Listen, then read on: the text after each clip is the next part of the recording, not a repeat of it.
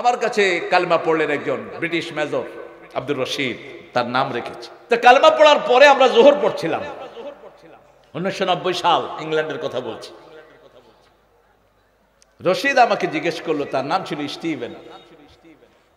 তো রশিদ কালেমা পড়লো, এখন বলতেছে, can I follow you man? আমি কি তোমার সাথে নামাজে দাঁড়াতে পারি? আপনি কি বলবেন? কি বলবেন? অজু করে আসো। ওই তার মামা ফুতাও দিয়ে দে, অজু করি আসো, মাথা সাডালি দাও। ইবে তো খেয়ে বল কালেমা পড়লো, অজুর কি বুঝে? আমি একজন খেলাম, তুই অজু করি আসো, অজু কি? What is ablution? Wash up to here, up to হিয়া।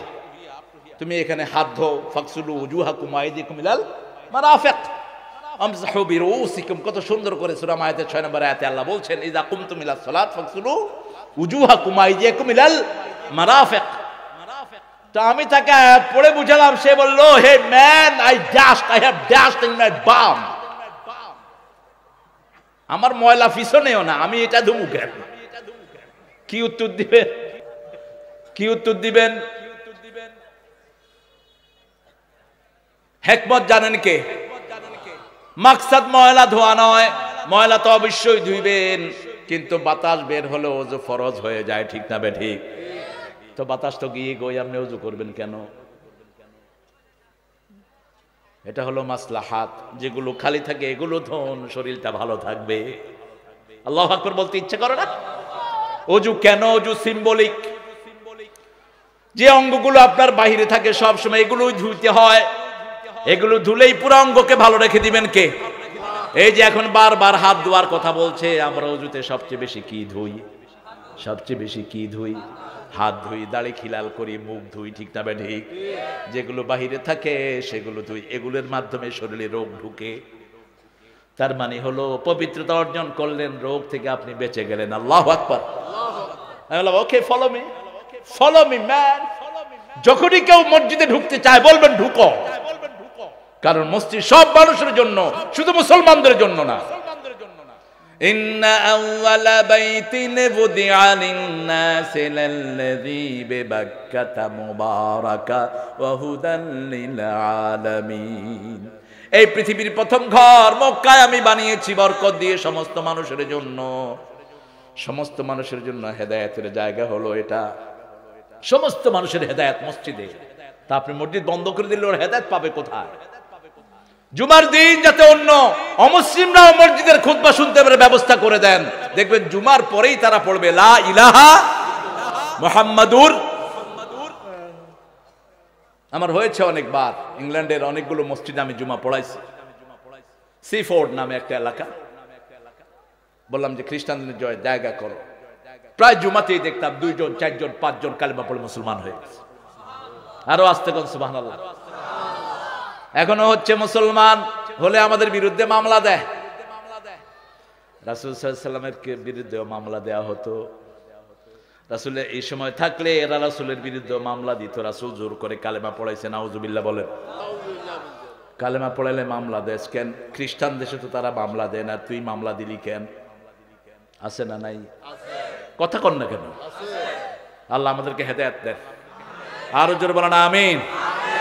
এখন আসার পরে আমি দেখি এফিডেভিট আছে কিনা। এই যে গত পরশুদিনের কয়েকদিন আগেও হলো, একটা কালেমা পড়েছে স্বামী, বাপ এবং মেয়ে, স্ত্রীটা মারা গেছে, বাপের নাম রেখেছে ওমর।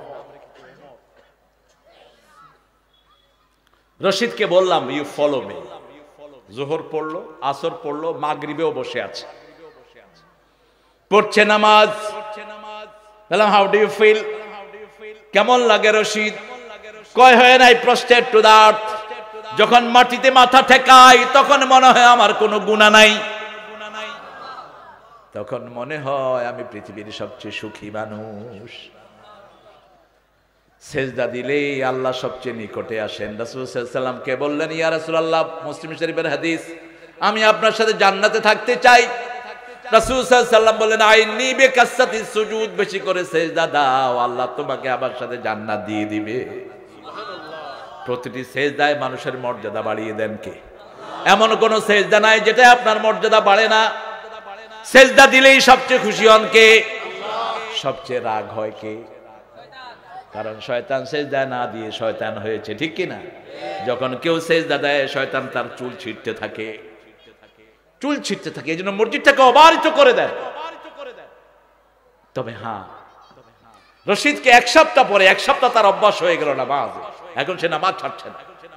আচ্ছা, হে রশিদ কাপ হৃদয় বলে ওযু কর। এখন নামাজের জন্য যে কোনো কাজ সে করতে রাজি আছে। আগে ফরজ গুলো দেন, আগে সুন্নত দিয়েন না।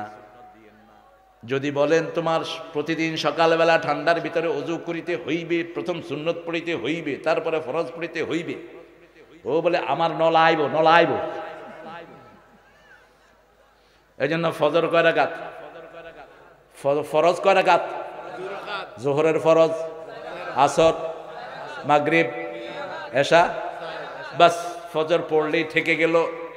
এবার যদি সুন্নত পড়েন 12 রাকাত, আমার নবী বলেছেন জান্নাতে আল্লাহ প্রাসাদ বানিয়ে দিবেন। যে সুন্নত 12 রাকাত পড়বে আমার সাথে সে জান্নাতি হবে।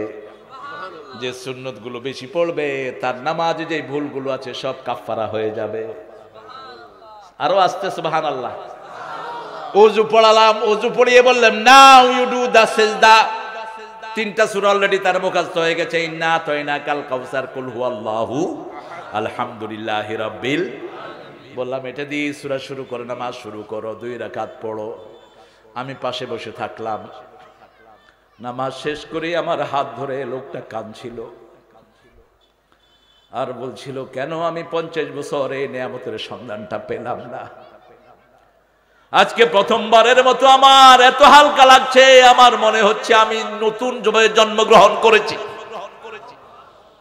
2 রাকাত নামাজ মানুষের জীবনের সব গুনাহ মাফ করে দেয়।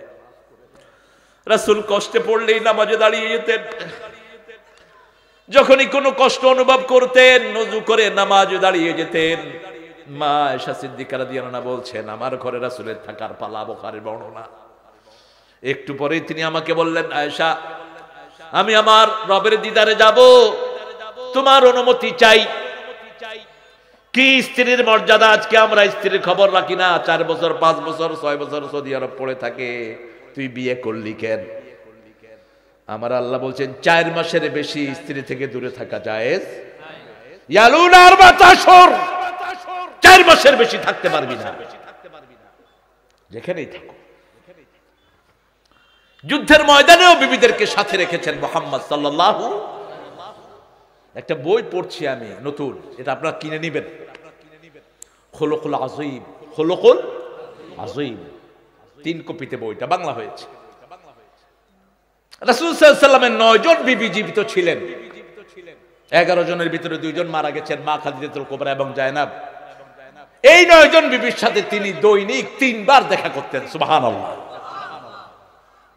আর আপনি এক বিবির সাথে মাসকে মাস দেখা করেন না। ঈদগার বড় ব্যবসায়ী, ফজরও যায়, রাতিয়া 12টার সময় আই হুই আছে না ফেট এক মুই হে এক মুই ক ডিস্টার্ব না হরিস। তুই বিয়ে করছ কেন? বিবি ঘরের রহমত, বিবি নেয়ামত। রাসূল সাল্লাল্লাহু আলাইহি ওয়াসাল্লামের এমন কোনো দিন যেত না বিবিদের সাথে তিনি গল্প করতেন না, এমন কোনো দিন যেত না বিবিদেরকে আনন্দ দিতেন না। সাফিয়া বলছেন, হাফসা আমাকে বলেছে ইহুদির বাচ্চা বলেছে হাফসা আমাকে। আমি কাঁদতে শুরু করলাম, রাসূল শুনলেন, মসজিদ নববী থেকে চলে আসলেন, এসে বলছেন, সাফিয়া তুমি কাঁদো কেন? বলছি, ইয়া রাসূলুল্লাহ, হাফসা রাদিয়াল্লাহু আনহা আমাকে বলেছেন ইহুদির মেয়ে। বলছে, না তুমি ইহুদির মেয়ে না, তুমি মূসা আলাইহিস সালামের মেয়ে। তোমার আব্বা মূসা, তোমার স্বামী হলো নবীদের সর্দার। আল্লাহু আকবার। নিজের হাতে চোখের পানি মুছে দিলেন। হাফসা খুশি হয়ে গেলেন। ফজরের পরে একবার সব বিবিদের সাথে দেখা করতেন মুহাম্মদ সাল্লাল্লাহু। মাগরিবের পরে আরেকবার যে বিবির ঘরে তিনার শোয়ার রুটিন থাকতো, ওই বিবির ঘরে বিবিদেরকে নিয়ে সমাবেশ করতেন। সমাবেশ করে বিবিদের ভালো মন্দ জিজ্ঞেস করছেন। এক বিবিরই খবর রাখি না আমরা, আর 9 জন বিবি থাকতে রাসূলের খবর নিতেন। এটাই রাসূলের সুন্নাহ। বিবিদেরকে নামাজ দাঁড় করাতেন। আয়েশা সিদ্দিকা রাদিয়াল্লাহু আনহা বলছেন, আমি বললাম ঠিক আছে ইয়া রাসূলুল্লাহ, তিনি নামাজে দাঁড়ালেন, কাঁদতে থাকলেন, সারা নামাজে অঝরে কাঁদলেন। ফজর হলো, তখনও কাঁদছেন।